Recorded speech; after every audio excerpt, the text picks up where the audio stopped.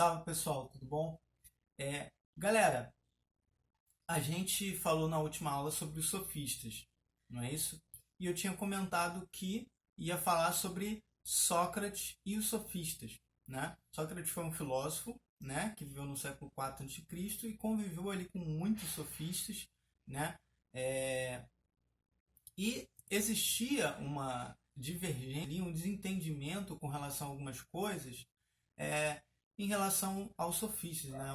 Os filósofos, né, tinham algumas críticas aos sofistas, apesar deles, né, muitas das vezes serem amigos, né, dialogarem bastante. Então há um diálogo muito forte ali entre os filósofos, os sofistas. Todos eles eram pensadores, né? Todos eles refletiam sobre a realidade, né? Tinham toda uma reflexão para fazer a respeito da sua ética e também tinha um papel fundamental dentro da educação naquele contexto, né? Então, esses personagens, tanto filósofos quanto sofistas, foram fundamentais para a educação, né? E também para a política, né? Para o debate político, para a reflexão política, né?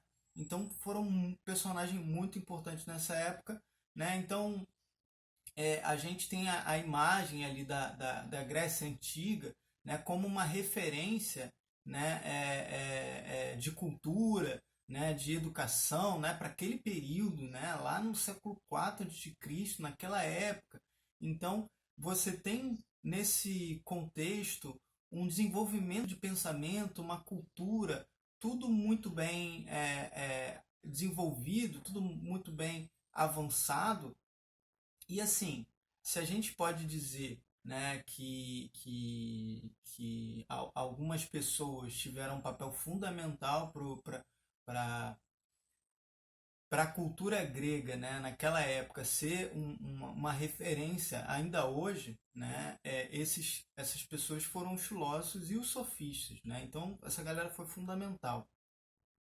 Então, eu tinha comentado que os sofistas eles eram uma espécie de professor particular, né? Então eles ensinavam conhecimentos gerais e retórica, né? Então eles ensinavam um pouco de tudo, né? E também ensinavam retórica, que é a arte de você falar bem e conseguir argumentar, defender suas ideias, criticar o posicionamento dos outros, né? Isso que é retórica, né? E também conseguir falar bem em público, ter um discurso envolvente, tá? Retórica é isso. E assim, por que eles ensinavam conhecimentos gerais? Né? Eles eram sábios, eram estudiosos, tinham interesse em várias coisas, é, mas também eles ensinavam conhecimentos gerais porque ninguém consegue argumentar sem ter uma base. Então era para se ter essa base. Tá? Então, agora, né, a gente vai começar a falar das críticas que os filósofos tinham, né, com relação ao pensamento dos sofistas. Né? E o Sócrates era um, né, desses filósofos que tinham essa crítica a fazer. Tá bom? Então vamos lá. Primeiro, eles criticavam o fato dos filósofos, dos sofistas, perdão. Os filósofos criticavam o fato dos sofistas cobrarem pelos seus ensinamentos, tá? E segundo, eles criticavam o fato dos sofistas se preocuparem muito com a retórica, né? E segundo os filósofos, eles se preocupavam pouco com a verdade, tá?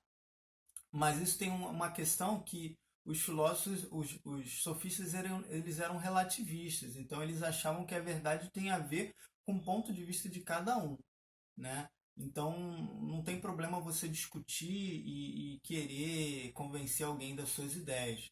Só que os filósofos eles já tinham um posicionamento mais de que a verdade não tem a ver com o ponto de vista, mas sim com o ponto de vista correto, né? Perceberam essa diferença? Para o sofista não tem problema defender a retórica, o convencimento, o debate, porque eles achavam que a verdade tinha a ver com o ponto de vista de cada um. Né? Então não tem problema eu te convencer de alguma coisa, porque eu estou te convencendo do meu ponto de vista, e verdade tem a ver com isso. Só que os filósofos, eles tendiam a pensar que a verdade não tem a ver com um ponto de vista, mas com um ponto de vista correto, tá?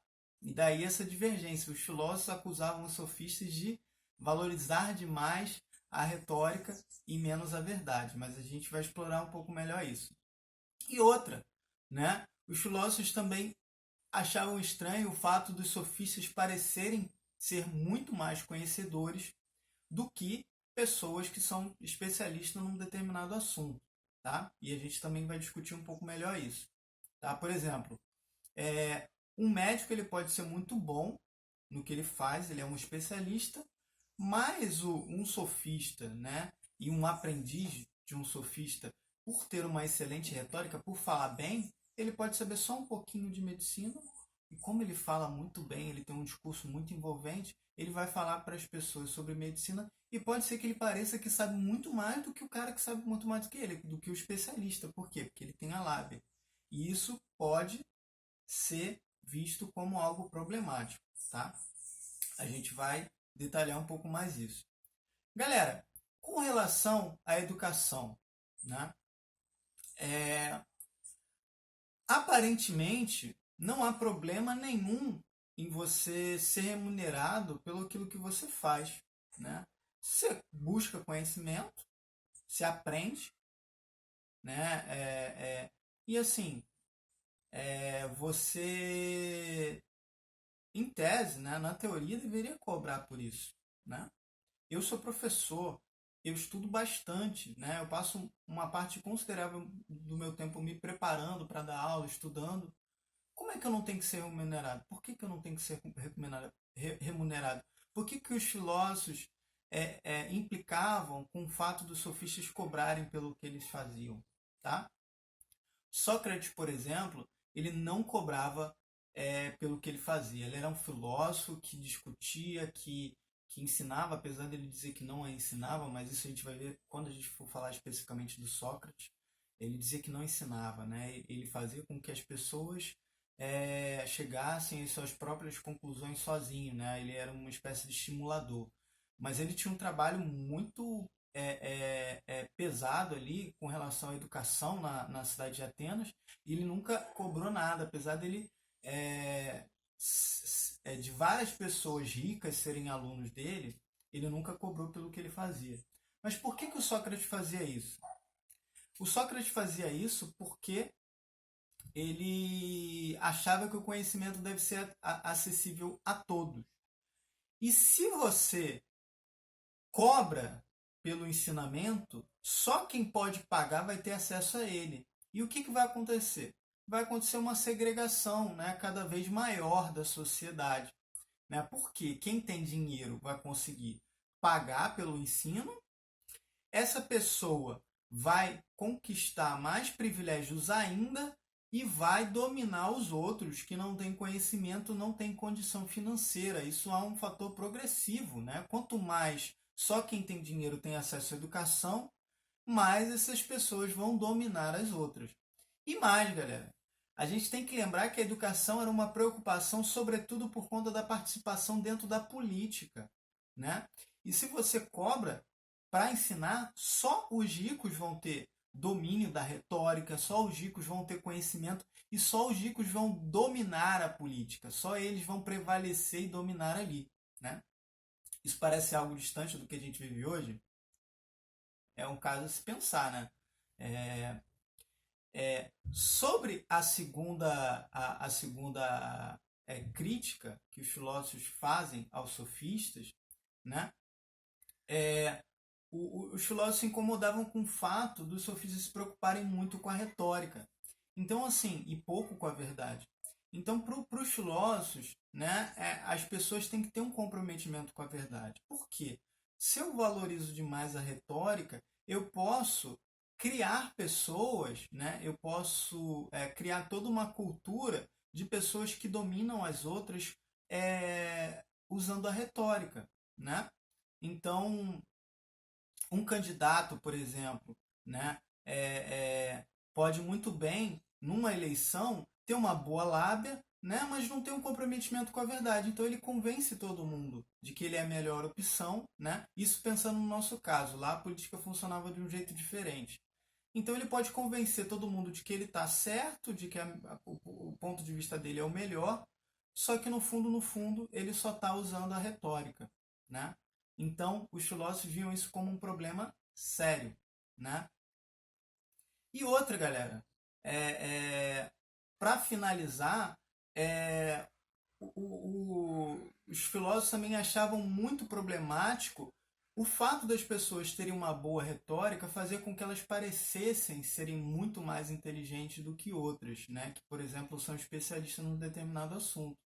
E a gente vê esse problema, por exemplo, né, várias vezes no noticiário. Quem já não viu um noticiário falando sobre um médico charlatão, né, que não tem um diploma falsificado, mas que por ele ter uma lábia muito grande, ele consegue, né, convencer as pessoas a fazerem tratamento com eles, né? Isso acontece muito na área de estética. E, no fim das contas, o cara não sabe de nada, mas só que a pessoa convencida pela lábia dele, ele tem toda uma preocupação de convencer, de dar um ar de que ele é o técnico, de que ele sabe de tudo, e no fim das contas ele é um charlatão, né? Então os filósofos tinham uma preocupação muito grande com isso, tá? Isso fica para vocês refletirem, a gente vai voltar nesses temas quando a gente falar de Sócrates, mas por enquanto a gente fica por aqui, tá, galera? Que essa aula já está grande demais. Abração, pessoal. Espero que vocês estejam bem.